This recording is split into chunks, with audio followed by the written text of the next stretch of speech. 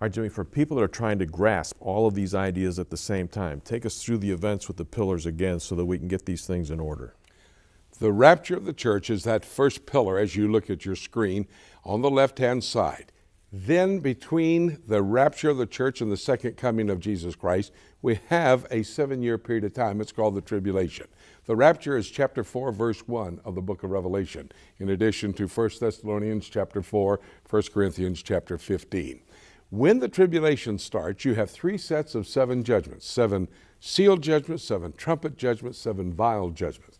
The first half of the tribulation period, the 7 sealed judgments take place. Also, 2 witnesses from the city of Jerusalem, the Temple Mount, will be witnessing. 144,000 male virgin Jews will go out preaching the gospel of the kingdom. That's chapter 11 and also chapter 7 of the book of Revelation. At the midway point, they're killed. But in addition to what happens there with the 2 witnesses, these that are now going to be operating and worshiping in the temple are going to face the abomination of desolation. When the Antichrist walks into the Holy of Holies, he desecrates the temple. In the last 3.5 years, you have 7 trumpet judgments, 7 vial judgments. Judgments get progressively worse, John, as you go to the end, culminating with the situation there in Babylon coming to an end. In other words, the Antichrist for the last 3.5 years has been ruling an economic, political, governmental system in this world where everybody that's alive then has to receive the mark of the beast on the forehead, the back of the hand, an identification mark to be able to buy or sell.